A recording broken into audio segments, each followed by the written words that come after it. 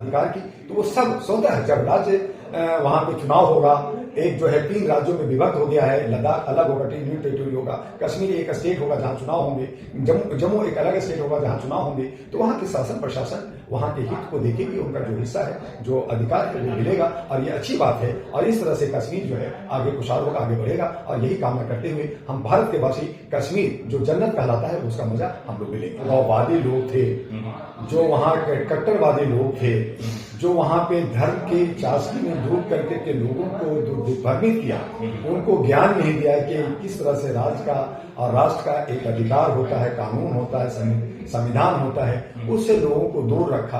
और यही वजह है कि वहां के लोग जो है दिग्भ्रमित रहे और लगातार खून खराबा हुआ घाटियों में।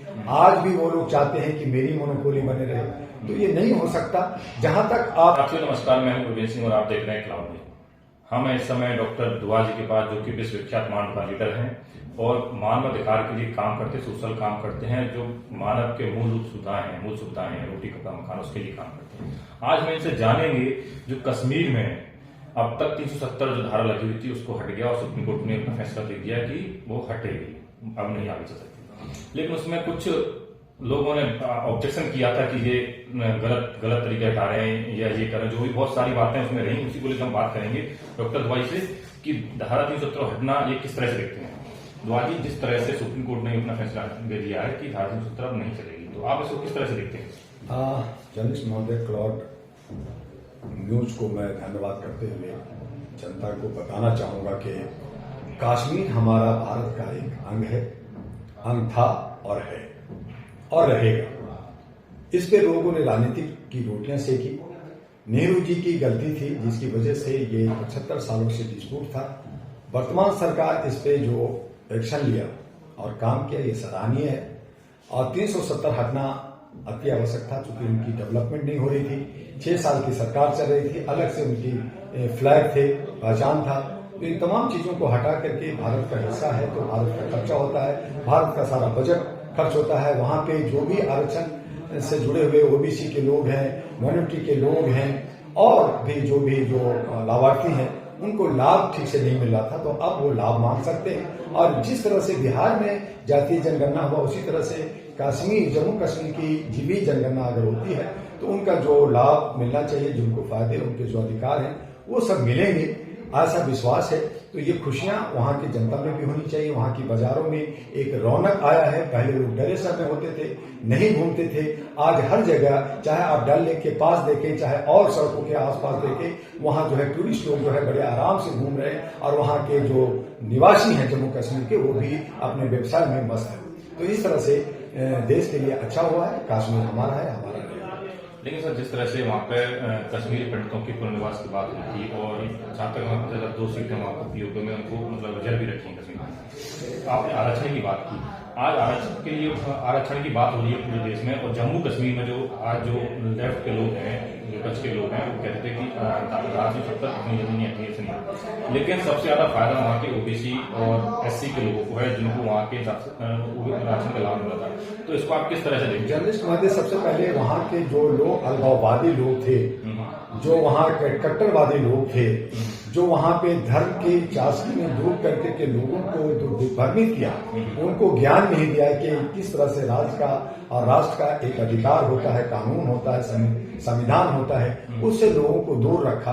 और यही वजह है कि वहां के लोग जो है दिग्भ्रमित रहे और लगातार खून खराबा हुआ घाटियों में। आज भी वो लोग चाहते हैं कि मेरी मोनोपोली बने रहे, तो ये नहीं हो सकता।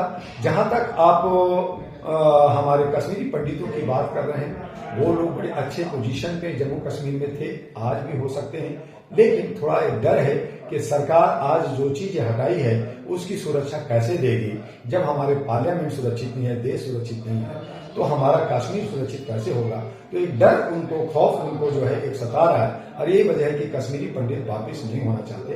कुछ लोग कोशिश कर रहे हैं और अगर सरकार उनको सुरक्षा देती तो बेशक वहां जाएंगे। और वही आरक्षण की और अधिकार की, तो वो सब स्वतः है। जब राज्य वहां पे चुनाव होगा, एक जो है 3 राज्यों में विभक्त हो गया है, लद्दाख अलग होगा, यूनियन टेरिटरी होगा, कश्मीर एक स्टेट होगा जहां चुनाव होंगे, जम्मू एक अलग स्टेट होगा जहां चुनाव होंगे, तो वहां के शासन प्रशासन वहाँ के हित को देखेगी, उनका जो हिस्सा है, जो अधिकार है वो मिलेगा।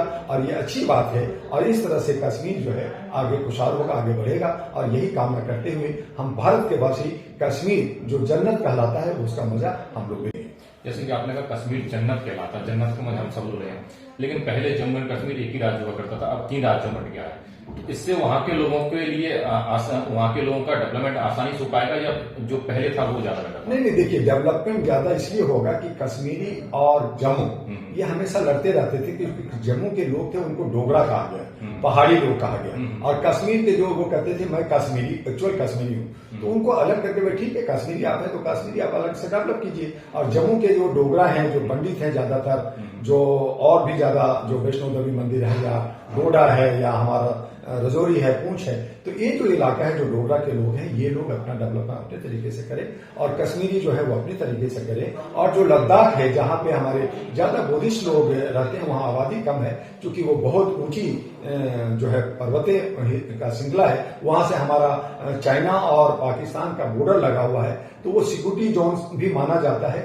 इसलिए अगर अलग अलग रहने से हमारी एक तो सिक्योरिटी बहुत चुस्त दुरुस्त होगी, प्रशासन चुस्त दुरुस्त होंगे, जनता के सारे जो सुरक्षा मिलनी चाहिए वो सब मिलेंगे, और इस तरह से वो डेवलपमेंट होता है। लेकिन उसके लिए अमन शांति जरूरी है, अलगाववादियों के खिलाफ जाना होगा।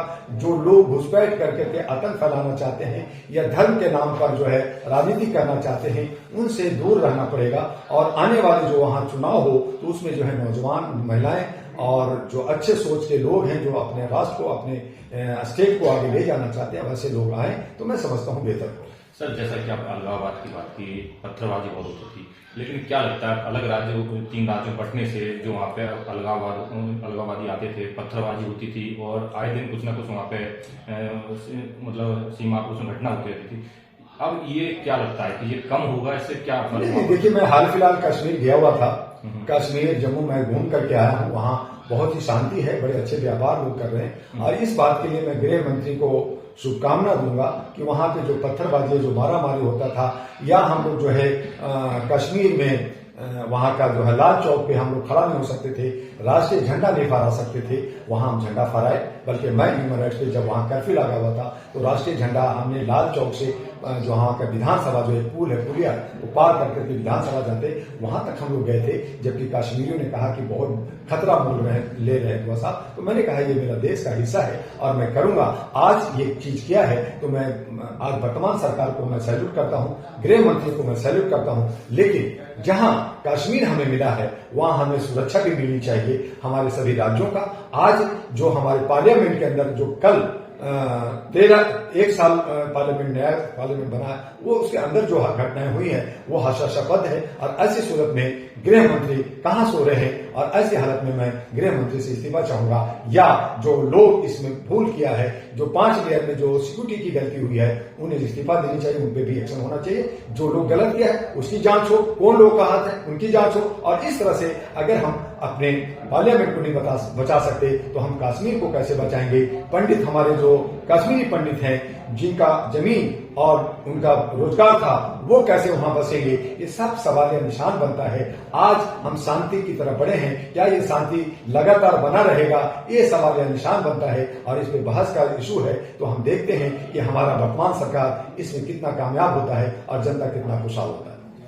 तो ये थे हमारे साथ डॉक्टर दुआ जी। इन्होंने कहा कश्मीर में जो अलग राज्य 3 बने हैं, कश्मीर, जम्मू कश्मीर में, उनसे वहां का डेवलपमेंट अच्छा होगा। और जी अभी हाल ही में वहां गए थे दुआ जी, तो उन्होंने कहा कि वहां पर अमन शांति है और बहुत अच्छे से गृह मंत्री को उन्होंने कहा, वर्तमान सरकार को उन्होंने कहा कि बहुत अच्छा काम किया और 370 हटनी चाहिए थी। और इससे वहां के जो ओबीसी और एसटी के लोग हैं उनको, एससी के लोग हैं उनको आरक्षण मिलेगा और इससे बहुत शांति। और उनका कहना है कि जब देश में पार्लियामेंट में शांति नहीं है, पार्लियामेंट सुरक्षा नहीं है, तो कश्मीर में कैसे सुरक्षा करेंगे? तो इसका भी गृह मंत्री को ध्यान देना चाहिए, ध्यान रखना चाहिए कि देश की सुरक्षा बहुत महत्वपूर्ण है, क्योंकि देश की सुरक्षा से किस तरह कोई खिलवाड़ नहीं होना चाहिए। आप देखते रहिए मेरे साथ क्लाउड नेटवर्क। धन्यवाद। लेटेस्ट अपडेट पाने के लिए हमारे चैनल क्लाउड न्यूज को अभी लाइक करें, सब्सक्राइब करें और बेल आइकन दबाना बिल्कुल न भूलें।